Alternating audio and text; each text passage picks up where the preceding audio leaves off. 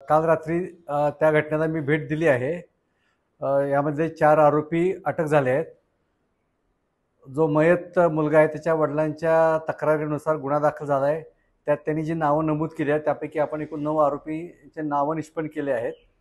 त्यापैकी 4 आरोपींना अटक केली आहे. बाकी मयताचे कुटुंबीय आणि काही त्याचे मित्रांचा आणि इतरांचे अजूनही काही आरोप आहेत. त्या अनुषंगाने आम्ही तपास करू. त्यांना आम्ही सांगितलं आहे की शांतता राखण्याबाबत आवाहन केलं आहे आणि तुमचं जे काही तक्रारी असतील, जे काही आरोप असतील त्याबाबत तुम्ही आम्हाला लेखी द्या. त्यांचं स्टेटमेंट घेऊ. त्याची शहानिशा केली जाईल आणि आरोपींच्यावर कारवाई केली जाईल. कुठल्याही परिस्थितीमध्ये कोणत्याही आरोपीला किंवा गुन्हेगाराला वाचवण्याचा किंवा याचा काही संबंध नाही. परंतु त्याचबरोबर कुठलंही खोटनाटं आरोप केले तर ते शहानिशा केल्याशिवाय कारवाई केली जाणार नाही असं त्यांना आम्ही सांगितलं आहे स्पष्ट.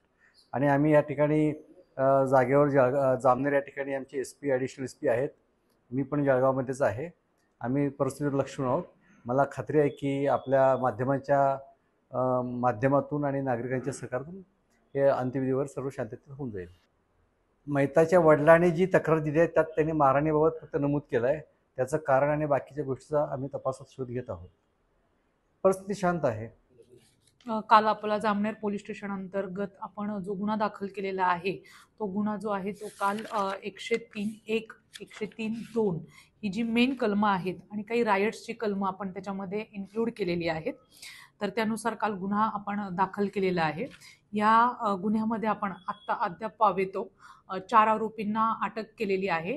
सदर आरोपींना आज दुपारी आपण न्यायालयात हजर केल्यानंतर माननीय न्यायालयाने 5 दिवसांची पोलीस कस्टडी ही सदर आरोपींना दिलेली आहे.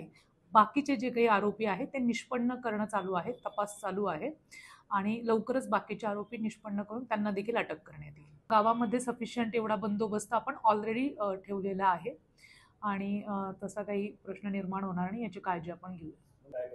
गावात सध्या शांतता आहे. आपला सफिशियंट बंदोबस्त गावात तैनात आहे आणि शांतता आहे.